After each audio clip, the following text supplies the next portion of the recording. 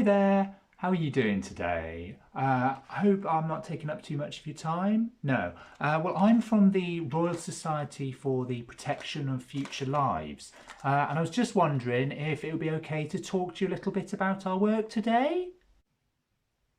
Sorry, is this a charity thing? Only I think we've just given a box of macaroni to the food bank people at Tesco. Oh, that's great. Well done, you.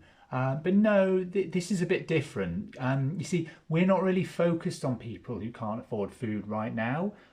We're more about thinking about the future. Well, yeah, I suppose you're right. That is important. I mean, I can't see the cost of living crisis getting better soon, so we should all really be thinking about the next year too. You see, we're really more concerned about the challenges facing untold trillions of future human beings in thousands of years' time. Because they might not all have macaroni either. And also, they might all be ruled over by a super intelligent artificial intelligence that keeps them enslaved as living batteries in a giant meat farm. You know, like the Matrix, but before the bit where the plot ran out. Right, I see. So, do you think that's something that's actually going to happen? Well, it's probably quite unlikely to be fair, but just think if it did happen, it would be really horrible for loads of people. So we think it's very important to focus on it now. I guess so. But, well, I mean, I'm not an expert, but aren't there quite a lot of problems facing actual living people in the world right now? You know, poverty and disease and that kind of thing. Oh, of course there are, and it's very sad. But the good thing is that we at the RSPFL have actually done the sums, and it turns out that all of those problems are less important than addressing vanishingly small threats to people living in the year 4000. Oh, I see. Of course, some of those people might actually be computer programs at that point, but don't worry about that. I'm sorry, I might be being dense here, but just how have you done the sums to work out which problems are the most important? Oh, I'm really glad you asked.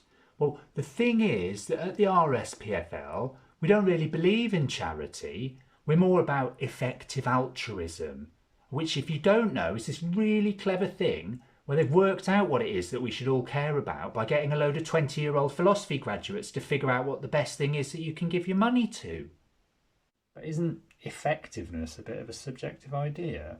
I mean, especially when it comes to social issues, surely.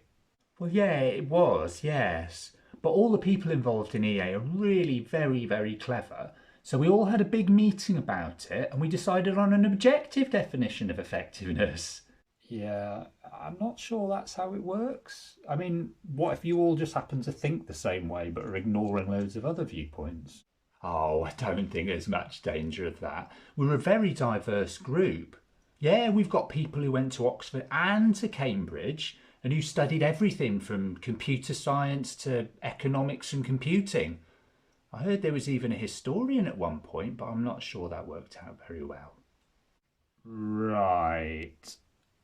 So what is it you actually want me to do anyway? Are you fundraising or something?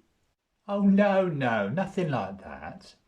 We're just saying to people that if they are thinking about giving money this Christmas, you know, to help people who don't have enough food or clothes or can't afford heating or things like that, then maybe they should stop and just think whether that money would be better spent by putting it towards preventing a future period of economic stagnation that reduces technological progress and thereby reduces the potential well-being of 10 to the power of 54 future lives in a pan-galactic human civilization of the far future. That's all. I see. And if I did think that I wanted to put some money towards addressing some of these future risks you've talked about, how would I go about doing that?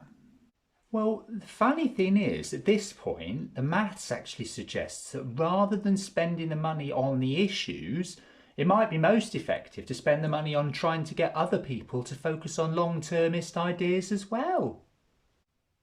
So, wait, by supporting an organisation like you guys? Ooh, there's an idea. And yeah, if you just confirm the pre-selected amount on there and tap your card, I can take your donation now. Thanks.